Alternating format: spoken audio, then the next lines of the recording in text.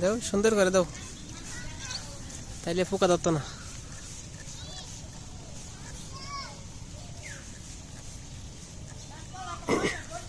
হ্যাঁ, ভালো করে দিও।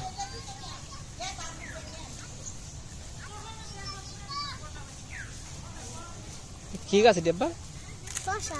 হ্যাঁ, শসা গাছ ভালো করে দিও।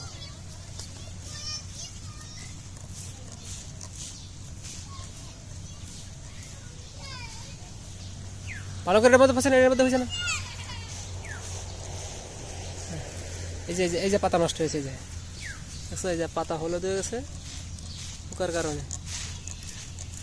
আর এই যে পোকা খাইয়া লাইছে, পোকায় খাইয়া কি করছে সবগুলাই। মানে আমি বাড়িতে ছিলাম না তো, বাড়িতে না থাকার কারণে এরকমটা হয়েছে। গাছ বড় হয়ে গেছে, এইখানে এখন 3 বার স্প্রে দেওয়ার সময় গেছে। 3 বার স্প্রে দেওয়ার সময় গেছে, দিতে পারছি না, কিন্তু আজকে প্রথম স্প্রে দিতেছি ইনটেফা। পোকার জন্য, গাছের পাতা কুকড়ায় যায়, আর যে পোকা কাইডের জন্য।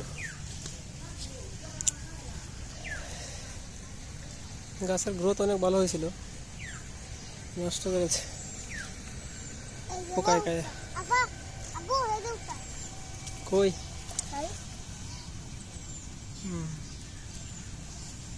পোকাটা বড় আছে। হ্যাঁ, শশা খাওয়ার আগে শশা গাছে গেলতেছে পোকায়।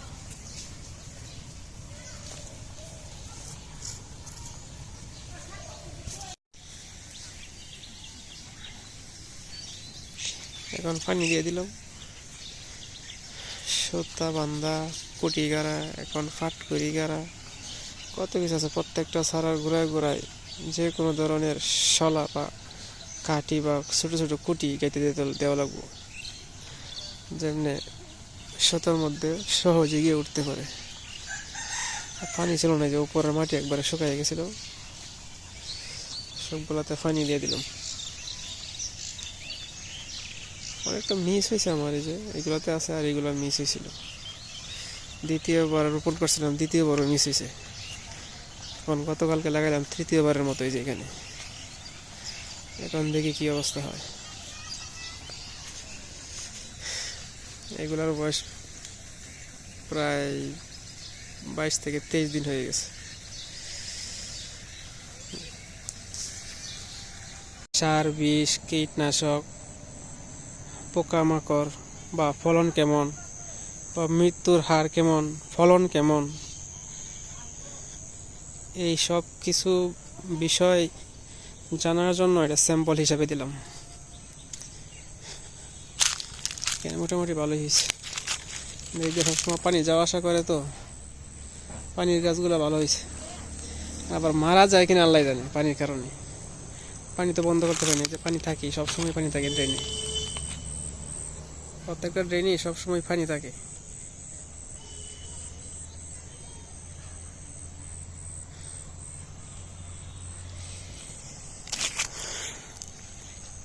তো ঠিক আছে, যারা আমার ভিডিওটা দেখছেন তাদেরকে অনেক অনেক ধন্যবাদ।